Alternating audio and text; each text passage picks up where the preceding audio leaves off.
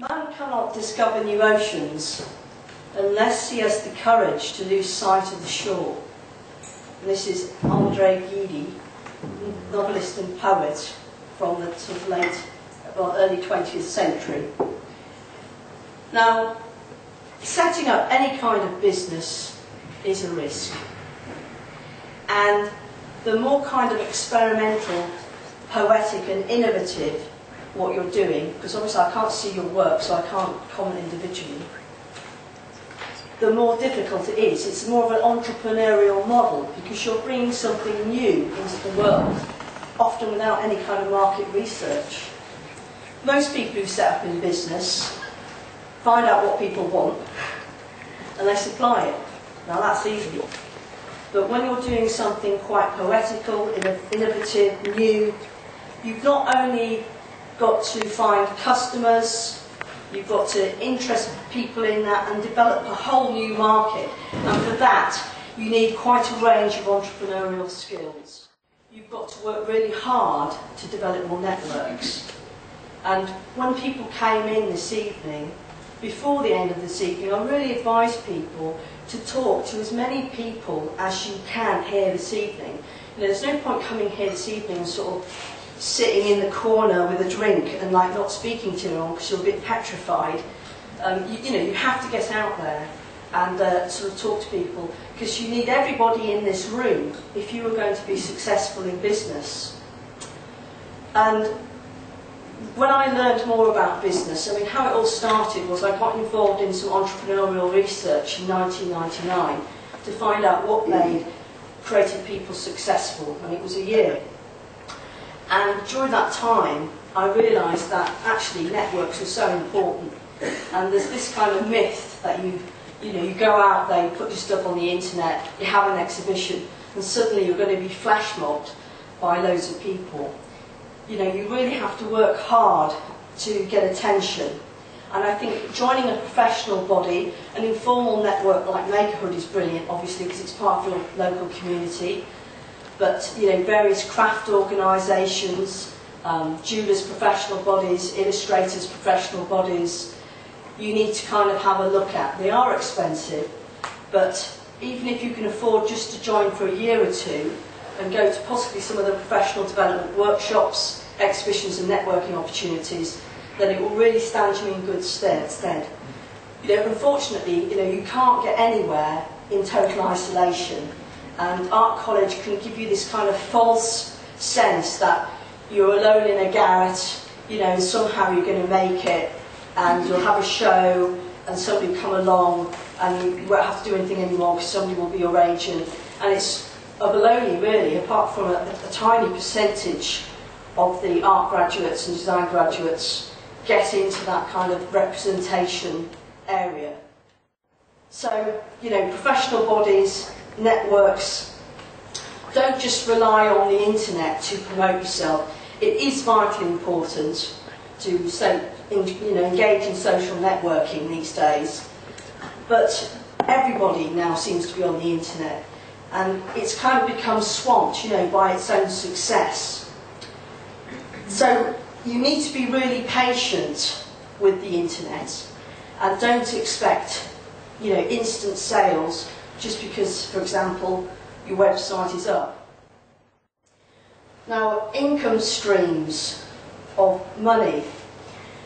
If you don't happen to be married to a very rich and successful solicitor, for example, or have fabulously wealthy parents, you know what I mean, who bail you out frequently, you've got to become more economic and learn how to earn a living from what you're doing.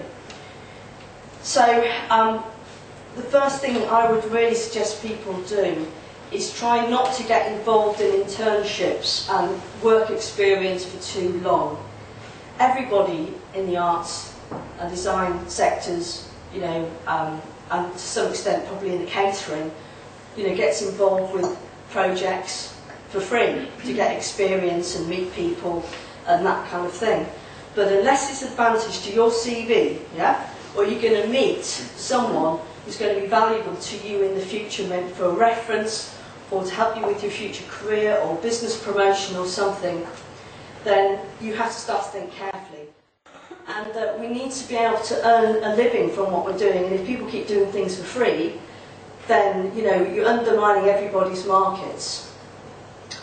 So a part-time job is a really good idea. Is anyone sitting here who's doing any part-time teaching on evening courses or college? Okay, 2, 3. Getting a job in an art college in London can be difficult. I would advise people to regularly have a look at the Times Educational Supplement website. They have all the lecturing jobs on there.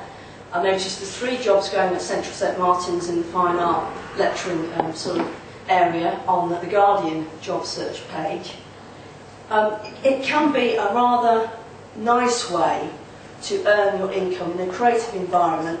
You'll never be a millionaire from teaching evening courses, unfortunately, but it's bread and butter money, it's stable, and you're working in a creative environment. Arts organisations, administration, all those sorts of things. Working as a technician, a designer's assistant, might not pay very well, but at least you're being, in a creative environment. Because in the beginning, your income, as some of you are sitting here, can be very ad hoc. And if you are 25 and over and registered as self-employed, or perhaps you've got a job and you're registered as self-employed, but your income, your hours is technically over 30 hours a week. If your profits are less than £13,100, you're entitled to working person's tax credits. Now, if you're sitting here and your profit from self-employment from last year was £10,000, you're actually entitled to about £25 a week working person's tax credit. This, unfortunately, will end in 2013. But I would advise people who are struggling, if you're under 25 with a child, you can still claim working person's tax credits. You can claim working person's tax credits if you're over 25 and you're single. Don't turn down things like this. You need that extra money. Okay, the other problems are things like market demand. Sort of not gauging market demand properly. Business and enterprise training. You really need to study, either reading books, going on short courses, talking to people who've set up businesses, because there is actually so much to learn in order to run a successful business. If it was easy, we would all be James Dyson. We would be multi-millionaires with 20,000 staff. If it was easy, but it's not easy. Legal issues are really important nowadays. So, for example, if you're a maker and you're making lampshades, electrical goods, toys, garments, accessories, you need to, for example, observe British standards. So if you're making lampshades, you need to get them CE marked. If you're making any kind of electrical products like lamps, they need to be CE marked. Various British standards apply to furniture and other products. If you're making any kind of textile product, they need to be labelled. So if you sell a cushion, for example, without the textile content label attached and trading standards see it, you could get fined up to £10,000. Sometimes they're nice and they let you sort your life out.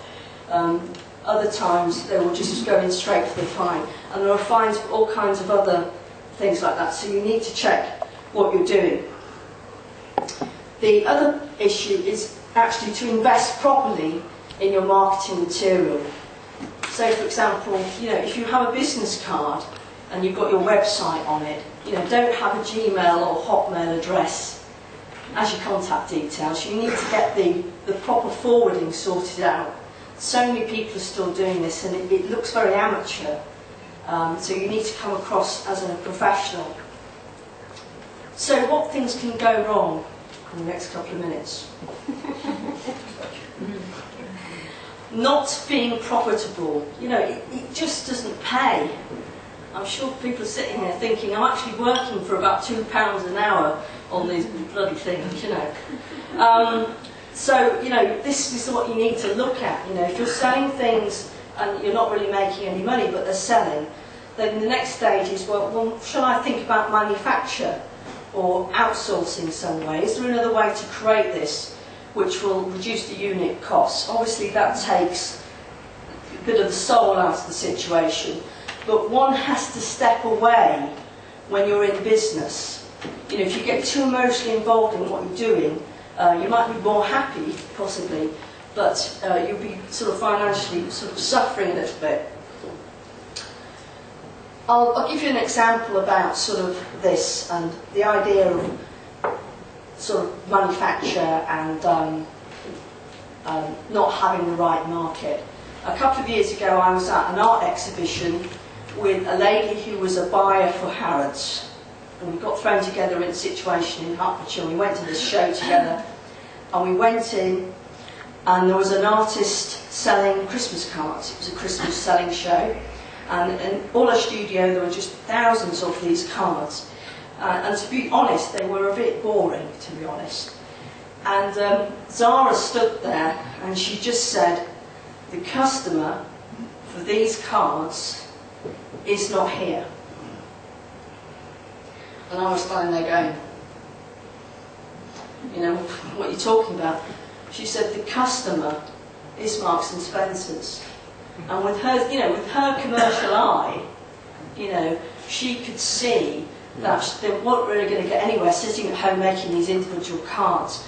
They needed to make some samples, either find some kind of card agent, which you can easily do through a website which has slipped out of my head, or you can get them manufactured. You know, you can take a pitch to Paper Chase, are always interested in hearing from people, and if they like it, they'll put in an order, and then it's up to you to get them manufactured and on time.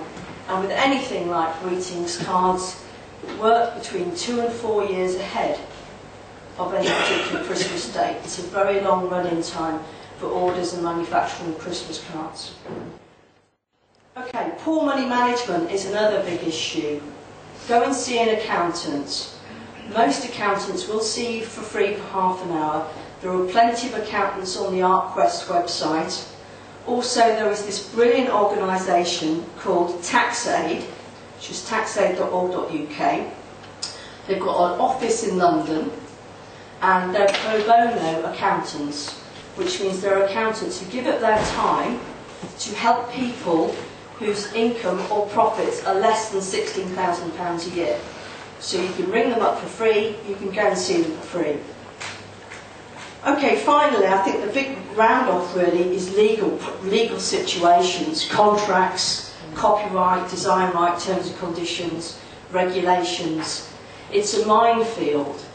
And when I first started out, I spent a few years working as an illustrator. And I did a commission for a well-known agency in Covent Garden, and they rejected the work. I didn't get paid. It'd taken me weeks to do this work for them. It was only a day Athena crashed, so you know the atmosphere wasn't good in the office, so it was a wrong day to show them my artwork, really. Now, if I'd known, for example, if I'd issued terms and conditions provided by the Association of Illustrators at the point when I was commissioned, and they'd accepted those terms, I would have been due at least 50% as a rejection fee for rejection on delivery of the work. If it had been cancellation, it would have been 100%. But I didn't even know about terms and conditions. James Dyson himself set up a company. He signed over his patent of the barrow ball to the company as a goodwill gesture. A couple of years later, they voted him out of his own business. He turned up to a meeting a bit late, and they said, sorry James, you've been voted out of the business. So that's how he lost his patent to the barrow ball. So if you're going into business with other people, for God's sake, you need to have a partnership agreement or some kind of joint venture agreement, because all kinds of things can happen when you work with other people, and especially if you're creating things together. What happens if you begin to fall out? How is the copyright going to be exploited, or merchandising, you know, if you start to disagree? I think I'll wrap it up there. Thanks very much for listening.